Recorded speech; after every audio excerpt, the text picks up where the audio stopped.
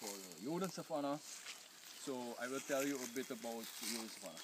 The earliest graves are situated over there, about the turn of the 18th century.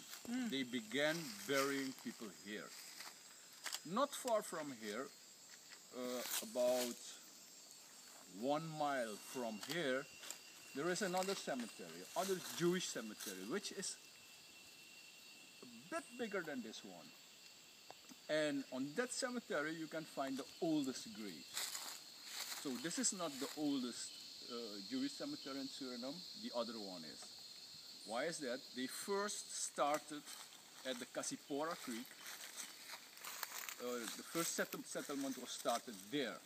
And they began to bury over there. And when they got this piece of land from David Cohen Nasi, they started a new cemetery over here. But you know how Jews are, they're accustomed to something, the minhag. Well, my father was buried there, so I want to be buried there also. My grandfather was buried there, my family is there, I want to bury there. And so you had two cemeteries which were used at the same time. The one at Cukierkorn Creek and this one. So the oldest graves you will find at the Cukierkorn Creek, but after a few years, about 10-15 years after the first graves, they started also burying people here. Some families stayed at the Cukierkorn Creek burying. So the Da Costa clan, you have a lot of Da Costas at the Cukierkorn Creek. You don't have hardly any Da Costa here.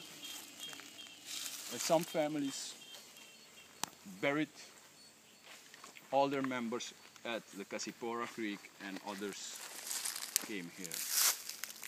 So there is one curious thing about this cemetery. All Jewish cemeteries, the stones are facing to the east. This cemetery, most of the stones facing east, but you have a few stones north-south. And the question also is why? Well, even I don't know why.